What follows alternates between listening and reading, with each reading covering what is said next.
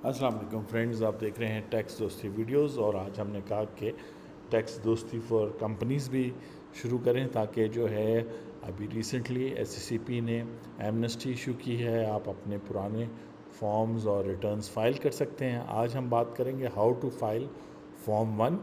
Companies act 2017 की बात हो रही है और इसमें कुछ इंटरेस्टिंग ट्विस्ट एंड टर्न्स हैं जिस पे हम बात करेंगे। तो बेसिकली ये वो ऐड है जिसमें एससीसीपी कह रहा है कि जून 15 2024 से लेके सितंबर 15 2024 तक आप अपनी कंपनी की फाइलिंग को रेगुलराइज कर सकते हैं और अवॉइड कर सकते हैं पेनल्टीज़। तो ये सब कंपनीज़ के लिए एक्सेप्ट जो लिस्टेड कंपनीज़ हैं, यानी पाकिस्तान स्टॉक एक्सचेंज पे जो लिस्टेड हैं, और ये मल्टीपल ईयर्स की फाइलिंग आप कर सकते हैं।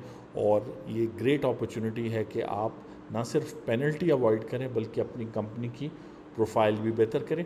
और हम ये फॉर्म 1, 2, 3, 4 डिफरेंट फॉर्म्स जो हैं उन पे बात कर रहे होंगे। ज़्यादातर तो पाकिस्तान में प्राइवेट लिमिटेड कंपनीज़ हैं, लेकिन कोशिश करेंगे कि सबके लिए गाइडेंस हो, क्योंकि ये बड़ा आसान होता है कंपनी इनकॉर्पोरेट करना। कंपनी बन जाती है और फिर वो डॉर्मेंट हो जाती है। जब वो डॉर्मेंट हो जाती है तो बहुत सारी लाइबिलिटीज़ एससीसीपी की, एफपीआर की आप पर होती हैं। तो अगर आप इसको मैनेज नहीं करेंगे और उस कंपनी को डॉर्मेंट ही रहने देंगे या कल को उसमें फिर बिज़नेस करने की कोशिश करें, तो वो आपको काफ़ी एक्सपेंसिव भी पड़ेगा और आपका प्रोफाइल भी ख़राब हो जाएगा, यानी कि वो समझेंगे कि ये एक अच्छी कंपनी नहीं है। तो चूँकि कंपनी आपने बनाई है और ये अब एक scheme, companies regulation scheme SCCP ने इशू की है, तो इससे फ़ायदा उठाएं।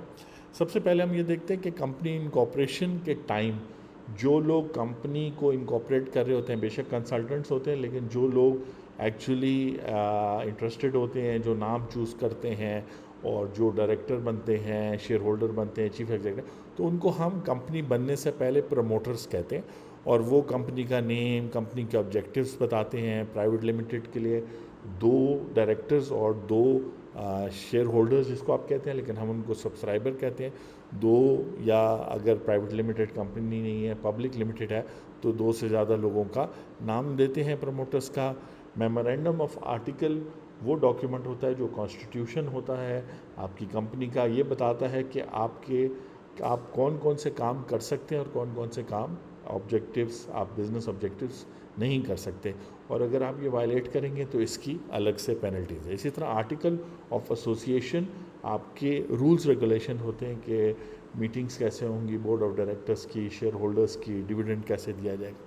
तो ये सब कुछ ओवरसी कर रहे होते हैं प्रमोटर्स। प्रमोटर्स में 2 किस्म के प्रमोटर्स होते हैं, वो लोग जो आगे जाके डायरेक्टर और शेयर होल्डर बनते हैं, और वो प्रमोटर्स जो कंसल्टेंट्स होते हैं जो आपको कंपनी इनकॉर्पोरेट करने में हेल्प कर रहे हैं, जिनको आप पब्लिक प्रमोटर्स कहते हैं। तो ये जो है प्राइवेट प्रमोटर्स के हवाले से बात है कि जब मेमोरेंडम और आर्टिकल बनाया जाता है तो उन लोगों के नाम दे दिए जाते हैं और कह दिया जाता है कि 1000 शेयर जो है मिस्टर ए करेगा और 1500 शेयर्स मिस्टर बी जो है ना, या मिस बी लेंगी। मेमोरेंडम में भी मेंशन होता है, आर्टिकल में भी।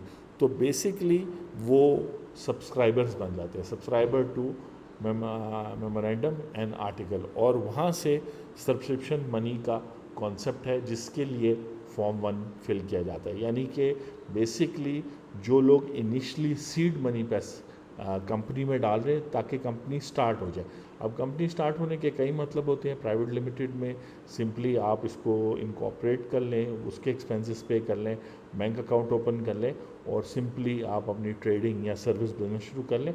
और पब्लिक लिमिटेड में या लिस्टेड में होता है कि करोड़ों रुपए शुरू में लगा के फैक्ट्री बना के, तो ये डिपेंड करता है। तो वो स्टार्ट करने के लिए प्रमोटर्स जो इनिशियल इन्वेस्टमेंट करते हैं, 2 लोग, 3 लोग, 7 लोग, वो जो है ना सब्सक्रिप्शन मनी का कॉन्सेप्ट है। और उस हवाले से फॉर्म 1 की सबमिशन जो नया कंपनीज एक्ट आया मई 2017 में, उसने एक नया कॉन्सेप्ट दिया सब्सक्रिप्शन मनी का। तो ये जो मैं आपको बात बताने लगा हूँ, अगर आपने अपनी कंपनी मई 2017 से दिसंबर 2021 के दरमियान, यानी दिसंबर 2021 से पहले इनकॉर्पोरेट किए, तो ये सब बातें आप पे अप्लाई होती हैं। बातें क्या है? ये सेक्शन 17 क्लॉज 3 है।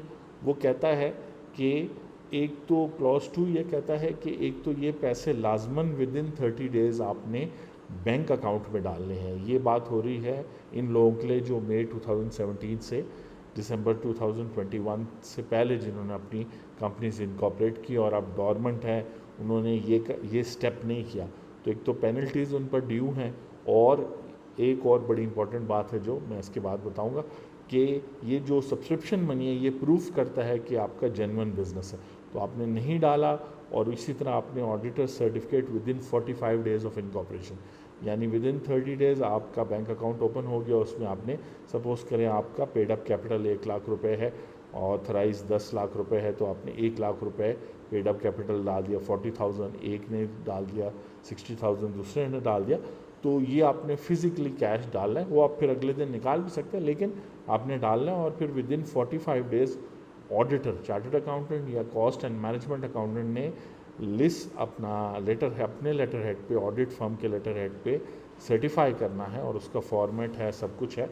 और ये वो सब कंपनीज़ ने करना था। तो अगर आपने इनकॉर्पोरेशन की हुई है, और एक तरह से इससे पहले भी, अगर मई 2017 से पहले भी अगर आपने इनकॉर्पोरेशन की है और आपकी कंपनी डॉर्मेंट है 2014 से 13 से 10 से, तब भी ये रूल आप पे अप्लाई होता है किसी हद तक।